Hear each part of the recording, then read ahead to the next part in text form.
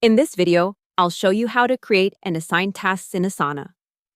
Creating and assigning tasks is one of the most important things to learn in Asana because tasks are the foundation of how work gets organized.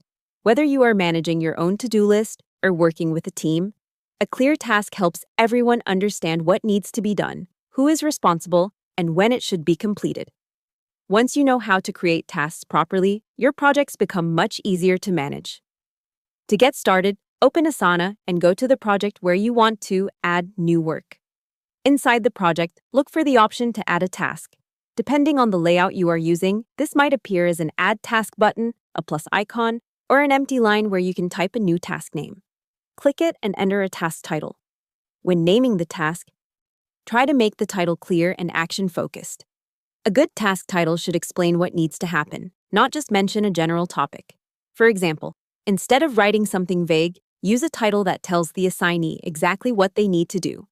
This makes the task easier to understand at a glance. After creating the task, click on it to open the full task details. This is where you can add more useful information such as a description, due date, attachments, subtasks, and comments.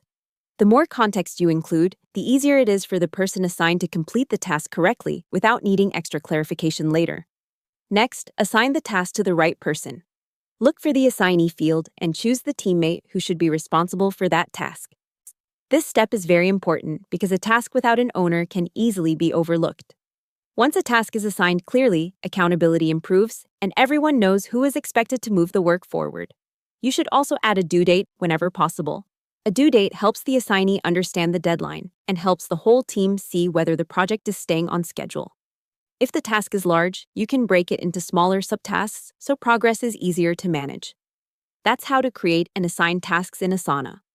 Add the task, include the right details, assign it to the right person, and make sure the work is clear from the beginning.